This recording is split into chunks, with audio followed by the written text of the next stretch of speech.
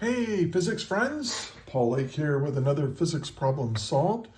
This is the channel where I solve the physics homework problems provided to me by my tutoring clients. Take a look at the video description below for a way to contact me if you need a private physics tutor. My rates are reasonable and I'm pretty good.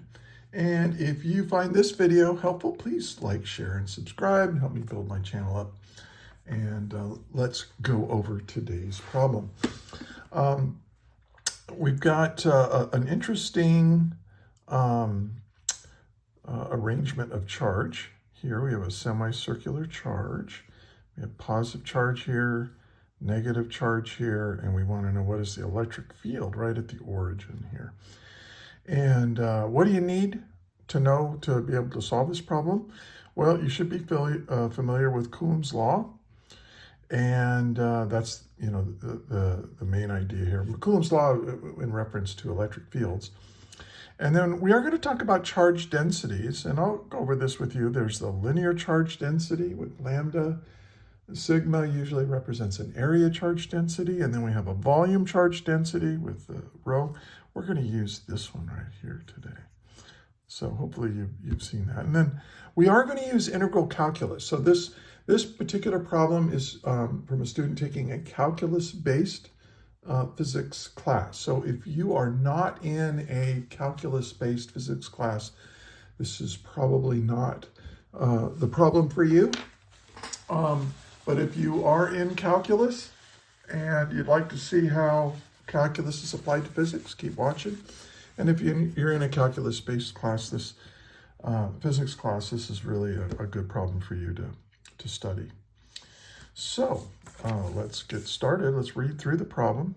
It says, find the net electric field produced by the charge distribution shown below at the origin.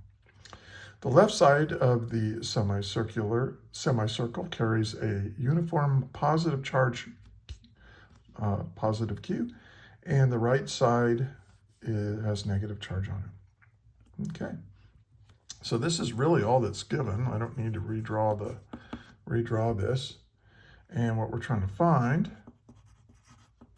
is trying to find the electric field at the origin. Okay, right here. Okay, so let's solve it. Now, my suggestion to you is pause the video right now. Try to solve this yourself. If you get stuck, just hit play, or you can, skip through the video to the part that you might need help on, or you might want to check your work with. But that's what these videos are for, is to help you guys study. So, I hope this helps. All right, so let's get started. Now, let's start with what is the, well, I'm going to redraw this. First thing I'm going to do is redraw this, because I'm going to be making all kinds of sketches, and I don't want to sketch over the top of the original drawing. So here's my semicircle. There's this. It has a radius of A. Okay, and in this part we've got positive charge uniformly distributed across the side, and then over here we've got an equal amount of negative charge. So this is positive Q, this is negative Q. Okay, we want to know what is the electric field. There's my y-axis and here's my x-axis. What is the electric field right here? Okay, now so before we jump into it too much, I hope you can see that. Let's pick a little charge. We'll call this like it's a little, pretend it's a point charge. And what is this positive charge going to do to a positive test charge? Remember, at the location in space where I want to know what the electric field is, in our imaginations, we pretend like there's a little positive charge there. We call that a test charge. And so positive repels positive. So I think you can see that from this charge, we're going to have an electric field like this. Okay. Now, what about, let's pick one that's on the other side, symmetrically with it. Here's a negative charge right here. What does a negative charge do? Well, a negative charge is going to attract my positive charge, and so the electric field will be drawn like this. So I think maybe you can see this, that for every charge that's over here, there's an equal but opposite charge over here because it's a uniform charge. So I hope what you can see here is that the y components of these electric fields are going to cancel each other out. I didn't draw that perfectly symmetrically, but they should be, and I hope you see what I'm talking about. But like this electric field right here from this charge does have an x component, as does this have an x component. So they're going to add up. The x components are going to add. So what we want is we just want the x components. We can say the y component of all these electric fields are going to cancel each other out. And so we just need to keep the x. So I'm going to have E, the electric field in the x direction.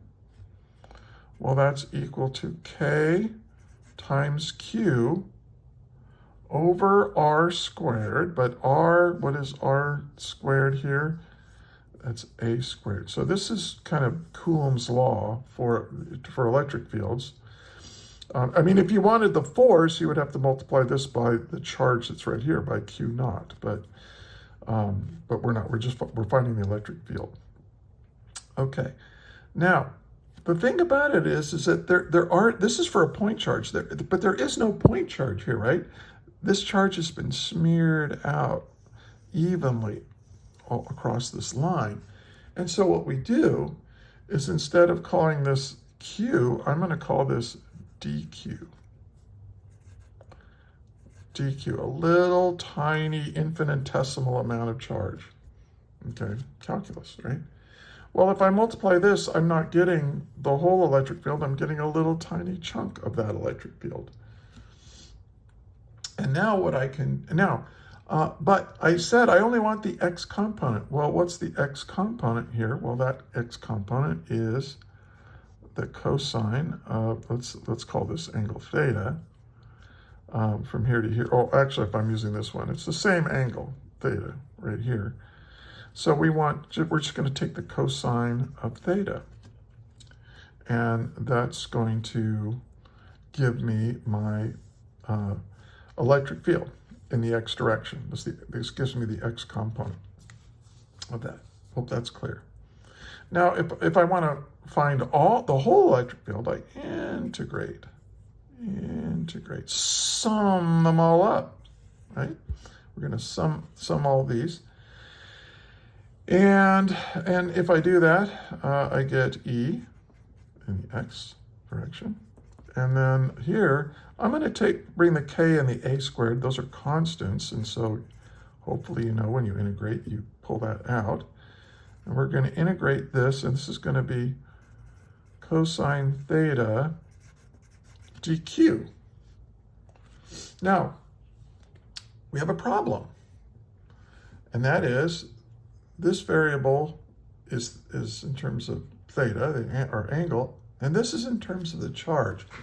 So these two variables we have to massage these things so that they can we can integrate with the same variable, right? So we can do the math.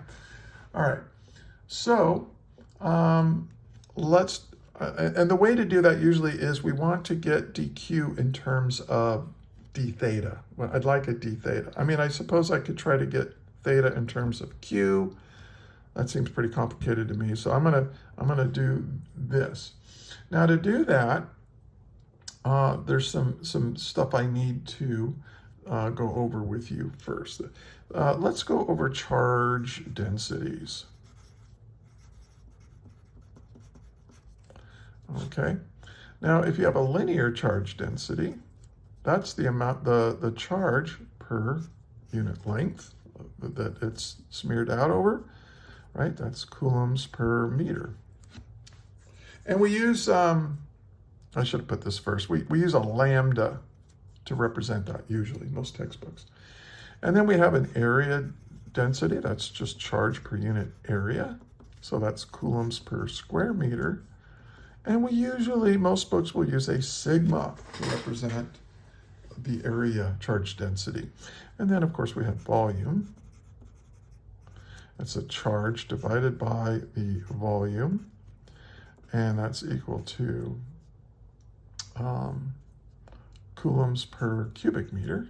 And we use rho for that. Now we're not going to use these because look, this is a linear charge density, right? This is charge smeared out over a line, and it's smeared out evenly. So we're gonna use this lambda. So because what I want to do is I want to substitute for dq. I want to get, the first thing I'm going to do is say, okay, this little tiny charge that's right here, this little dq, well, I'm going to call that lambda, or the linear charge density, times a little tiny arc length. Now, why am I doing that? Why am I, well, because I'm trying to get in terms of theta, and I know that there's a relationship between a change in angle and a change in arc length on a circle. We'll get to that in just a minute. So this is going to be lambda ds. I'm going to call the arc length, I'm going to use s for that. So this right here, this little tiny arc length, I'm going to call that, I'm going to call this little arc length here, this is ds. So if I multiply the charge density by ds, I have how much charge I have on that little tiny arc length, okay, infinitesimal arc length. Well, but you know, okay, this is great, but let's talk about what lambda is. We want it in terms of q and a and all that and constants of nature. So what is lambda? Well, lambda is the total charge, which they give us is just q, divided by the length, right? Lambda is the q over L. Well, what is this length? What is that length? Well, it's 1/4 the circumference of a circle, right? So that is going to be the circumference. It's going to be, well, the circumference is 2 pi a, 2 pi r, right, is the circumference, but we're using a as the radius. But this is only 1/4 of a circle. So let's divide it by 4. And so if I cancel that, I get a 2 there. And so this is going to be 2q over pi a. Let me check my work here. I think that's right, 2q over pi a, yep. All right. So now I got lambda in terms of, you know, what's given. And that's good. That's what I want to do. But now I got to get ds. Now here's the thing. We know let's go back in math a few years for you. You probably remember how a radian was defined, right? An angle in radians is defined to be the arc length divided by the radius. Well, here's our arc length, and this is a. We're going to use a. You know, r is the radius. This is how we define an angle in radians. So you take this arc length and divide it by the radius, and you get an angle measurement. Okay, well, what does that mean? That means that s, the arc length, is equal to the radius times the angle. Now this angle has to be in radians for this to work. And, well, let's take the differential of this. So this is ds is equal, now a is a constant, doesn't change with anything. So, and then this is going to be a little d theta. So where I have a ds, I just need to substitute a d theta. Well, now I've got what I've got it, because I can say, oh, dq is equal to lambda, which is 2q over pi a, right? times, that's lambda, times ds, well, which is a d theta. Well, now I can simplify this and say that I can, for dq, I can substitute in, well, the a's cancel. I can go 2q over pi d theta. Yay. Okay. So I now have this. I can plug that in there. So I can say EX. And now this is just due to the positive charge. We'll get to the negative charge here in a little bit. Well, I'm going to say K a squared times the integral of the cosine of theta. Now let's substitute in for dq. I can say that's 2q over pi d theta. Okay, well, this is constant stuff, so let's rewrite this, and then let's also come up with what the angle is. So this is going to be 2 times k times q. And then we're going to divide that by pi a squared. And this is going to be the integral of cosine theta d theta. Okay? Let me separate that. Now, let's talk about, where does the angle start and end? Well, for here, the angle is going to go from here over to here. So that's going to, wait a minute. There's different ways of doing that. You can go from 0. Let's just go from, if my charge is right here, the electric field is this way, right? And then here's my angle. And then I'm going to go from this angle down to, as this goes up, the angle I'm integrating, it goes down. So it's going to go from 0 to negative pi over 2. The negative really doesn't going to affect much, as you'll see here in a minute. Okay, so now hopefully, if you've had calculus, you know how to take the integral of cosine theta d theta. And let's bring this out. This is 2kq over pi a squared. Well, the integral of cosine theta is just sine theta. So this is going to be sine theta. And we're going to go from 0 to negative pi over 2. I don't like that. I don't like that negative, because that's going to give me a negative. And the negative, like I said, doesn't really... Because I know this is in the positive direction. I'm gonna change this, and sorry about that. I think because I worked this problem out in advance, and then I get kind of. I'm just gonna keep what I did.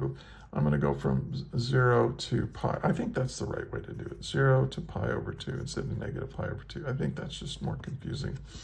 All right, and so now. I can plug this in. This is 2kq over pi a squared. And this is going to, well, what's the sine of pi over 2? Minus the sine of 0. Well, the sine of 0 is 0. The sine of pi over 2 is 1.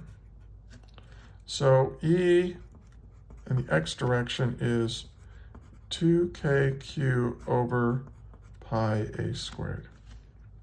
Okay, because this just becomes 1. I think if I integrated from 0 to negative, I'd have a negative 1 in there, and I don't. That's weird. So this will work now. And by the way, if some of you brainiacs know, have a comment to make on the boundaries there for that integral? I'd love to hear what you think about that. Now, here's the problem. Now this is in the I hat direction. Okay, this is the contribution to this in the x direction due to these positive charges. But if I do the same thing for these negative charges, it's going to be the same. It's going to, the amount of x contribution here is going to be the same. So what does that mean? Well, that means that the total E in the x, I'll put total right here, is 2 times what we got here, 2kq over pi a squared. We're just going to multiply it by 2. So my final answer is 4. 2 times 2 is 4. kq over pi a squared. And this is all going to be in that I hat direction. And really the direction of this electric field you just get by inspection. And I apologize for this little confusion here about those limits. That's always kind of bothered me. I've never been super great at the calculus part of this. But anyway, there you go. This is my answer. And that was the correct answer. All right. So just some things to keep in mind when you work a problem like this. Draw a picture of it. Think with calculus. If you've got a continuous charge distribution, pick a little representative chunk of it and call that dq. And then you'll have to get dq in terms of theta or some other variable probably.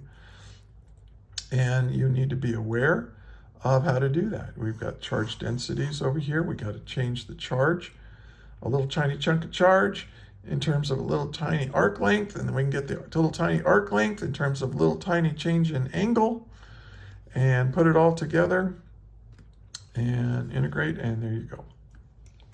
Hey, if you found this helpful, do me a favor and give this video a like, and maybe share it with a friend if you're studying with a friend. I am a private tutor. That's how I pay for my health insurance. I'm a retired high school teacher. So take a look in the description. You'll find out how to get in touch with me. So again, give it a like, share it, subscribe to the channel if you're a physics student or a physics teacher, and I'll see you in the next one. Until then, may the net force be with you always. That is all.